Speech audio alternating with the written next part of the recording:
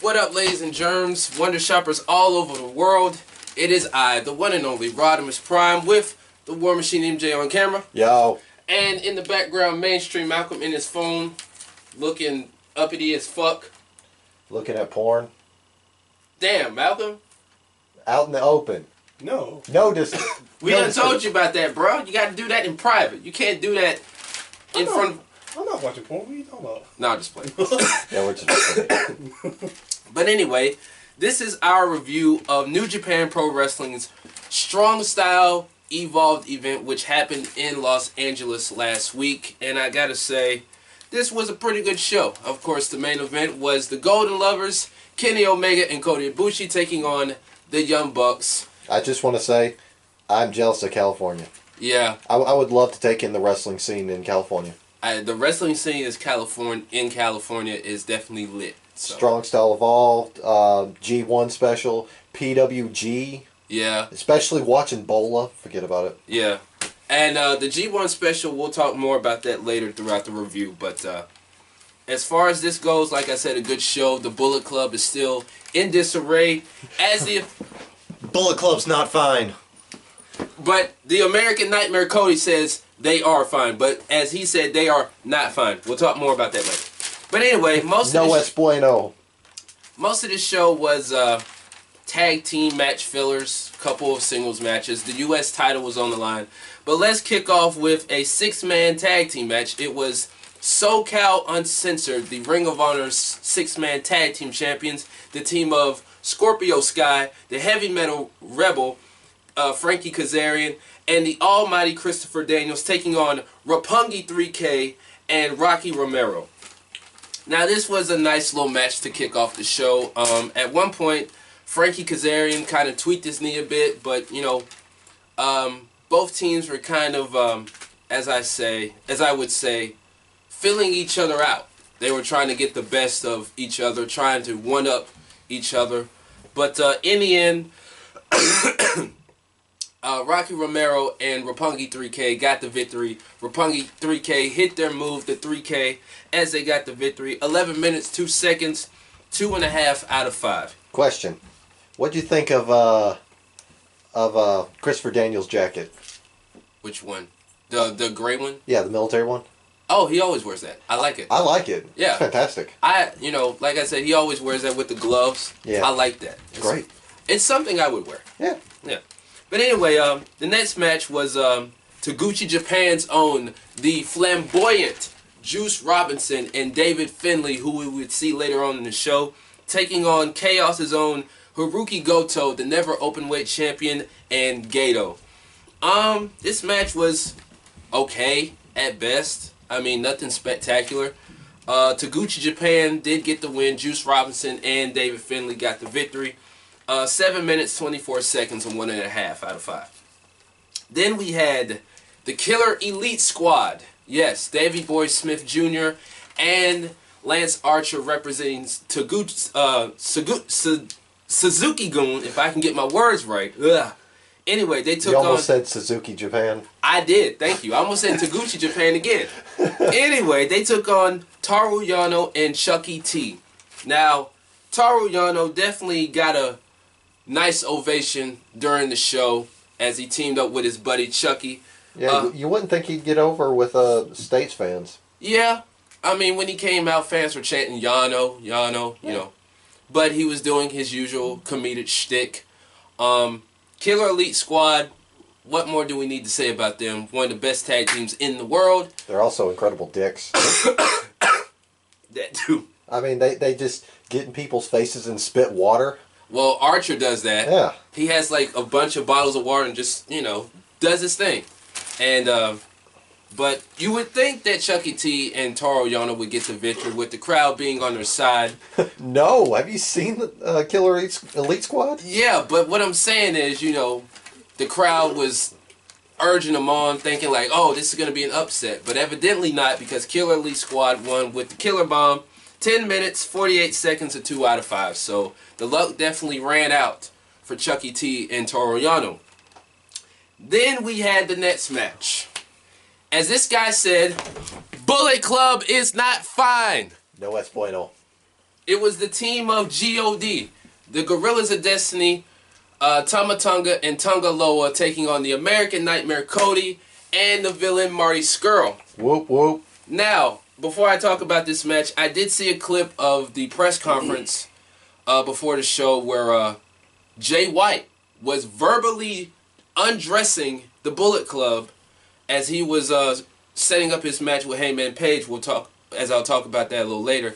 He mentioned in the press conference, he said, "What is Marty supposed to be?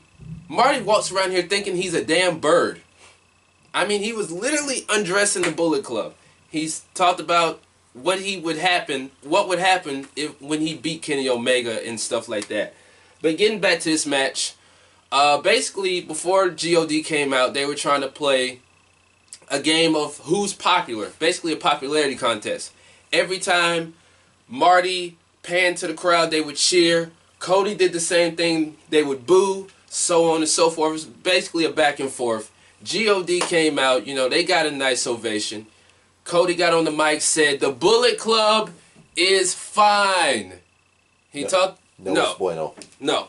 He talked about how Tama Tonga is a Bullet Club OG. He's been in the group since the very beginning, back when Prince Devitt was the leader. And then Tama Tonga Loa, he's done his thing in the club.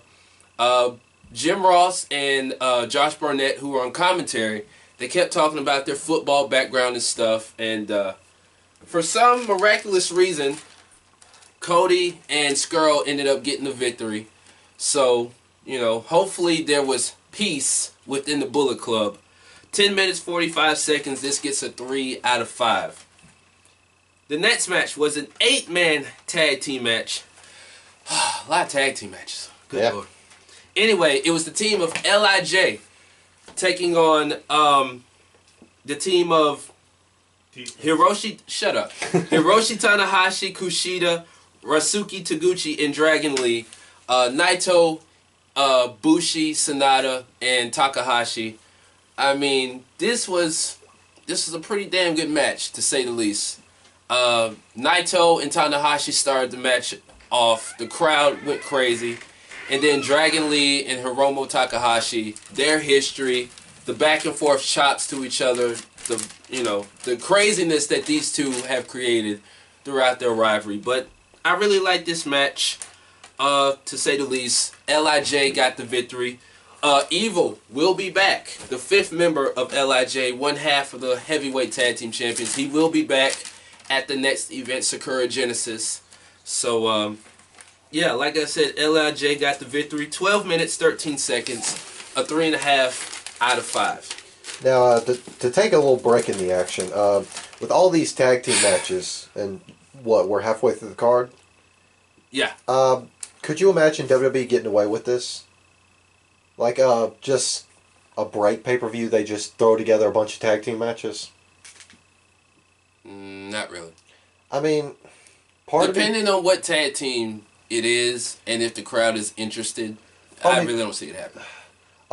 Since they're doing co-branded pay-per-views now, yeah, a part of me thinks, that'd be a good way to kind of pause the stories a bit. Yeah. Is just, put them in a tag team match, like, mix the storylines together. I could see that. Like you have just kind of spitballing here, with the way that Raw and SmackDown are going. Put like Bayley and Nia Jax and Asuka up against Charlotte, Banks, and Bliss.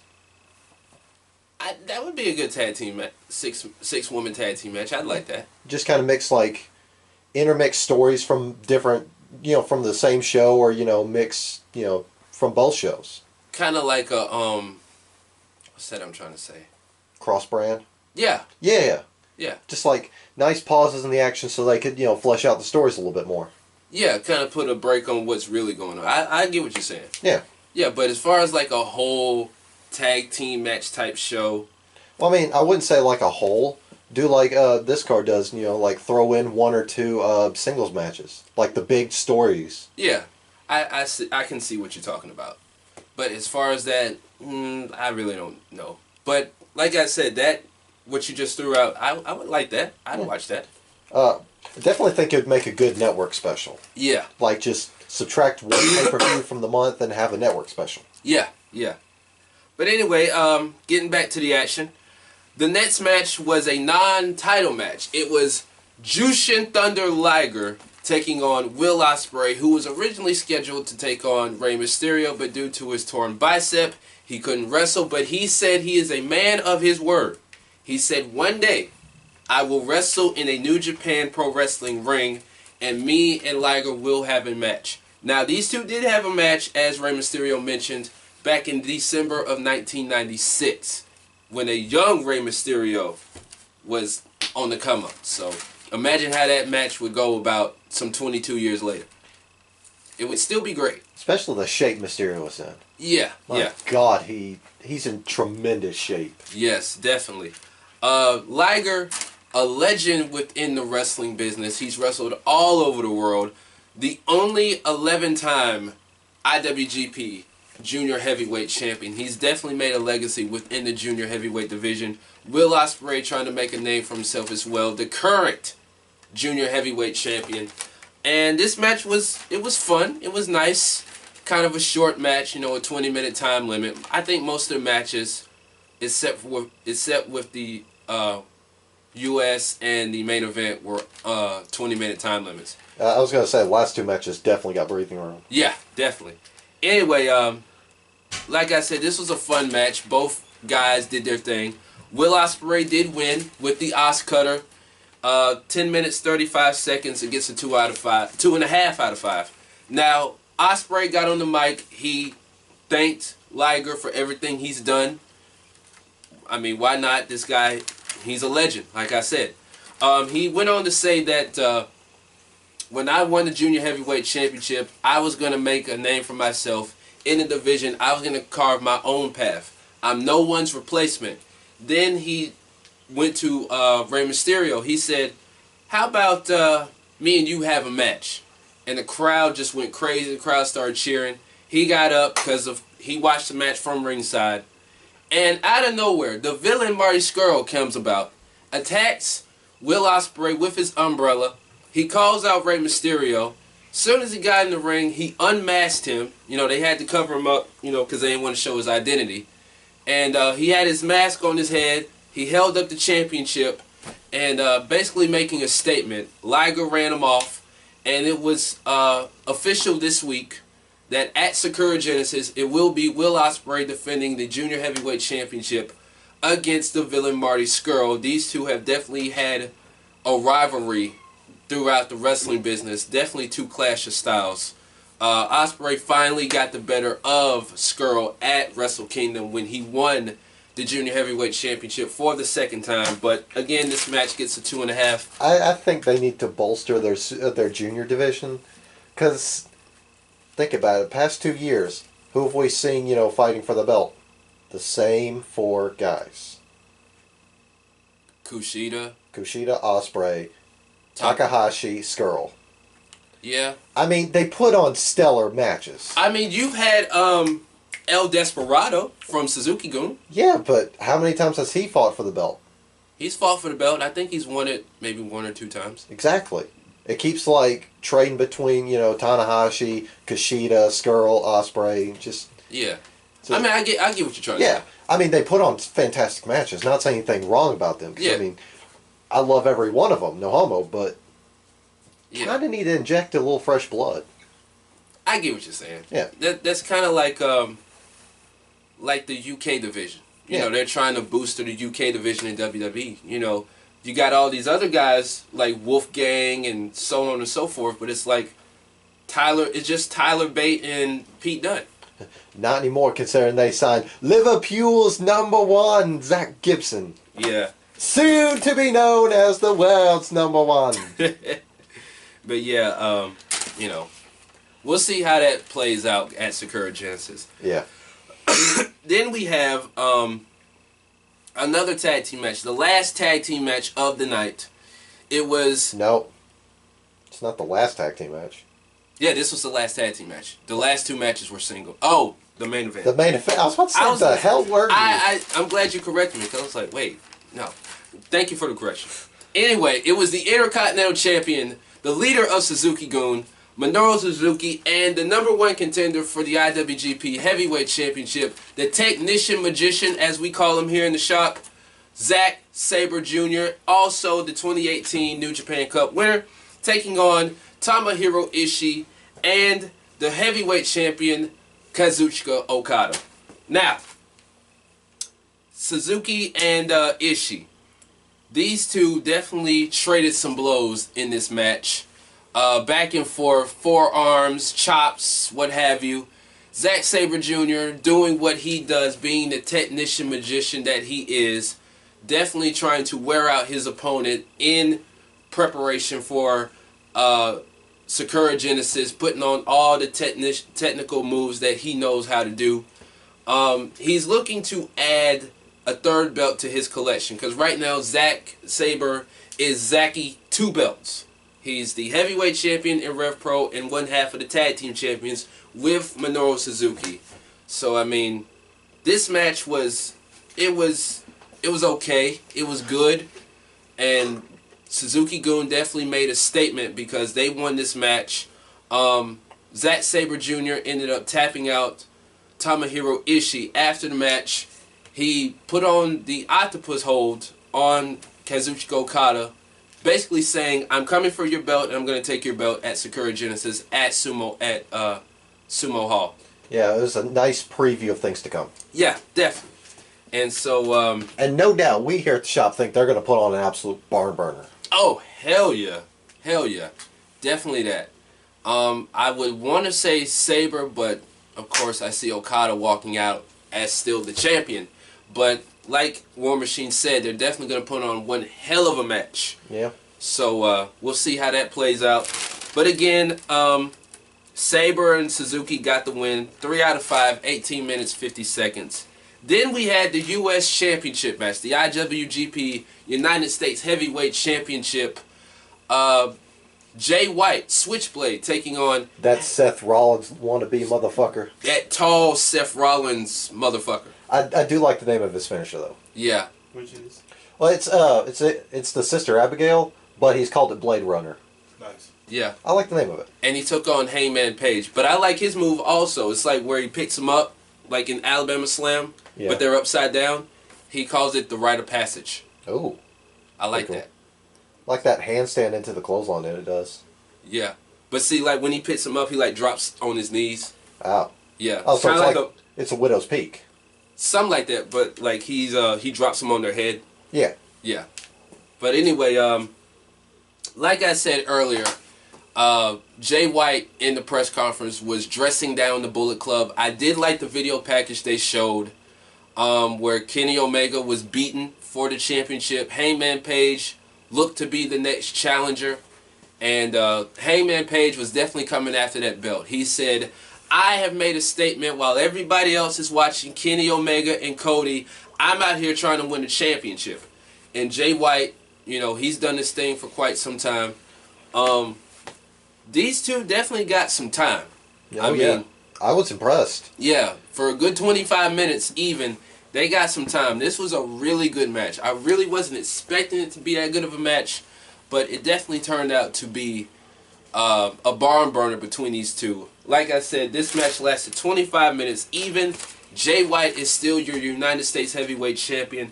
I gave this match a 4. I thought it was a really good match. It definitely surprised me. Well, they definitely are booking the United States Championship as a legitimate championship. Yeah. They're doing a lot better job than WWE. I mean, WWE hits their stride depending on who it is. Yeah, they're kind of hit and miss. Yeah, I mean, it was great when Rusev had it. It was top of the game when John Cena had it, and then it just kind of, Yeah, hit and miss. But this United States Championship, I agree with War Machine. They're definitely making their mark, and they're definitely hitting the right points by booking this championship strong. Especially that barn burner at Wrestle Kingdom. Oh, God. Yeah. Anyway, before we get to the main event, they did announce that July 7th, for everybody in San Francisco, everybody in California, they're coming back. G1 special in San Francisco at the Cow Palace. Fighting Spirit Unleashed. So everybody in San Francisco, get ready. They're coming back. They're coming to the Cow Palace, so that's gonna be a treat for y'all. You sure it's not called Fighting Style Unleashed? It was Fighting something I couldn't think of, but it's Fighting Spirit Unleashed G1 Special in San Francisco at the Cow Palace, July 7th. Now, let's get to the main event. It was Kenny Omega and Kota Ibushi, the Golden Lovers, taking on the Young Bucks, making their first tag team heavyweight debut. This was another video package that I liked. They showed Kenny Omega getting beat for the championship. Cody coming out there swerving everybody. He and Hangman Page were about to put a beat down on Kenny until Kota Ibushi came out, made the save. It was the reunion that everybody wanted, as Don Callis said. The Golden Lovers were back. It was so beautiful. It was. It was. I shed a couple tears watching that. Their whole story is beautiful. Yeah. Because, I mean, even Jim Ross talked about the promotion, the other promotion, DDT. They won the tag titles once. Former IWGP Junior Tag Team Champions at once upon a time. If it wasn't for Kota, we wouldn't have gotten Kenny in New Japan. Yeah. Yeah. Kenny, Kota was definitely a big instrument in Kenny coming to Japan. So, it's some ties to that. And then, you know, the Young Bucks, being who they are, 7-time Junior Tag Team Champions. Like I said, making their first heavyweight Get out of my briefcase. tag team debut. This match started off slow. The crowd was definitely hot for this match. But it picked up, and it was a barn burner, to say the least. At one point, I think it was Matt or Nick who brought out a table, and Matt hit an elbow on Kenny Omega through the table at ringside. Nick went through the other table, the timekeeper's table, whatever. But he went through a table. But this match, I mean, what more can I say? This match was just incredible from top to bottom. It also had some beautiful storytelling moments. That's what I was about to get into. They told a great story with this match. Kenny, you know, at one point he was going to hit the V trigger. He didn't want to do it. You know, his hands was shaking, like, you know. He's like, no, I can't do it. He's my friend. Yeah, like, he's my friend. I can't do this. We've been brothers for so long. We're like brothers. We've known each other for a long time. Kota Ibushi snapped him out of it like, bro, hit that fucking V trigger. He hit the V trigger. I thought it was the golden trigger spot. No, it was before that. Damn it. And then, well, in the end, they hit the golden trigger spot. Yeah. And then, you know, Golden Lovers got the victory. Kenny Omega, you know, he was hovering over Matt, you know, like, I can't believe I did this. You know, he hugged Nick, you know, congratulations. Matt left the ring, holding his back because he's had some back problems recently. And so, like I said, this match definitely told a story.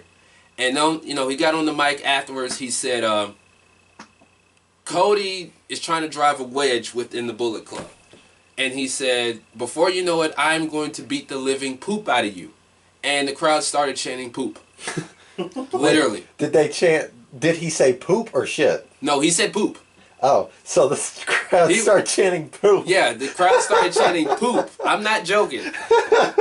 Basically, he's setting up their match for a Supercard of Honor, which is next Saturday as we are recording this. Yeah, next Saturday. I was hoping it was next Friday. That way I wouldn't have to be like, do I watch this or do I watch NOLA? I double checked. It's next Saturday. Damn it, Rod. Yeah, but blame Ring of Honor, not me. I blame you because you told me Friday. I thought it was Friday, but I had to double check to make sure. I blame you because I got my information from you. But that is true. Shut up. Anyway, Uncle Dave Meltzer rated this 5 stars. I gave it a 4.5 at best. You know, some people said 4.5. I mean, look at who you got in the match. Of course, you're going to get 5 stars, and that's a pretty good debut for Nick and Matt on the heavyweight scene. Yeah. Now, to add the story of Cody driving a wedge between people, latest couple of episodes of Being the Elite, he's trying to drive a wedge between the Bucks. Yeah. Saying, think it was Nick. He was telling Nick, "You're the better buck. You know, you're kind of carrying them." Yeah, you need to go singles. Yeah. Yeah. Matt's doing nothing but holding you down. Yeah. And in the end, they showed where they were in LA and stuff like that. And Nick was like, I don't think I like this guy. Yeah. So the Bullet Club Civil War next Saturday is definitely going to tell the fate of the Bullet Club. What'd you think of those? What'd you think of those straps that Cody gave everybody? I liked them. I really did. I did like that spot where Matt was whooping Kenny with his belt. That I did like that spot though. Yeah, I mean I liked them too. It's just I saw those belts and the first thing I thought of was Hollywood. Yeah. But anyway, I like how they were saying it's never been done before. We're the only guys to do it. And so they think. Yeah. Anyway, 39 minutes, 21 seconds. I mean, it told a fantastic story. We all loved it. 4.5, but like I said, Dave Meltzer gave it a 5. Superstar match and overall rating. Superstars of the night go to David Finlay. Oh, I almost forgot. After the U.S. title match, he announced that April 24th, he attacked Jay White after the match.